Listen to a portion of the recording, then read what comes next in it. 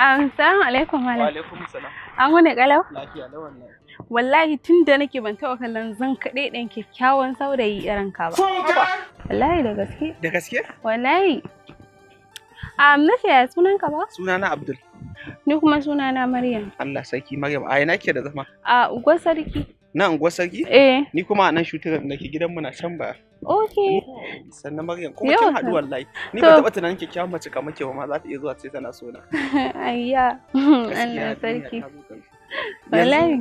Ya za in samu nan baki to? To da yake ka san wai babu caji saura 2%, sai ka dan min aron power bank naka idan na sa caji ya kai 20% naka sai na baka nan. Wallahi matsalar ya lalace ne wajen gyara ma zan kai shi yanzu. Ya lalace? Wallahi ya baya aiki. Allah sarki. Nan nace number waya ke. Waye zai soya da matsiyaci?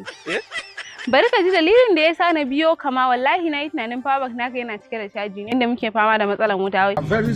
Ta kai ya lalace ne zan kai wajen gyara. Lalace. Number waya ba. Ba za a bayar ba. To sannun ku munafukai, maciya amana. Ke ba ƙawata ba ce? Ke ni zaki ci amana? In ban ganka bane ba na jin daɗi shi yasa. Ina son ki sosai fa. Wallahi ina tare da ke 100% wallahi. Lokacin da ta ce ba ta son ka, ai ni ba ƙaramin daɗi na ji ba daman ina ta bibiyan ka. Da kuma ta ce ba ta son ka, sai ni amfani da wannan daman na samu layin ka shi yasa muka kulla alaƙa. To sannun ku munafukai, maciya amana. Ke ba ƙawata ba ce? Ke ni zaki ci amana? Cin amana kuma? Ke kika ce ba kya yin sa, ni kuma ina son sa. Shi yasa na bibiye shi. Amma idan la dakata. Wani irin soyayya ne ban nuna miki ba. A lokacin da nake ta binki ina magiya ina wasu abubuwa, wani irin bulakanci ne baki mun ba. Daman a rayuwa an ce idan wani ya kika da wani da kwana zai suka. To yanzu ji da ita ina son ta ina kaunarta. Sati mai zuwa ma zan je in tura wallahi auren ta ma zai yi. aure. I'm telling you. Am I doing too much? Shahararrun magungunan mu da muka saba kawo muku su a kullum to na yanzu fa ya bambanta da kowane lokaci.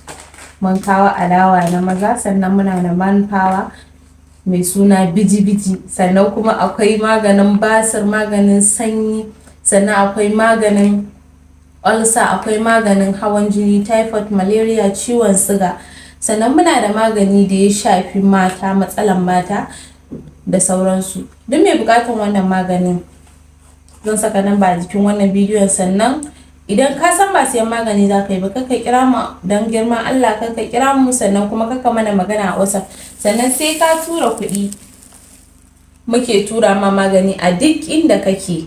Nagode sosai.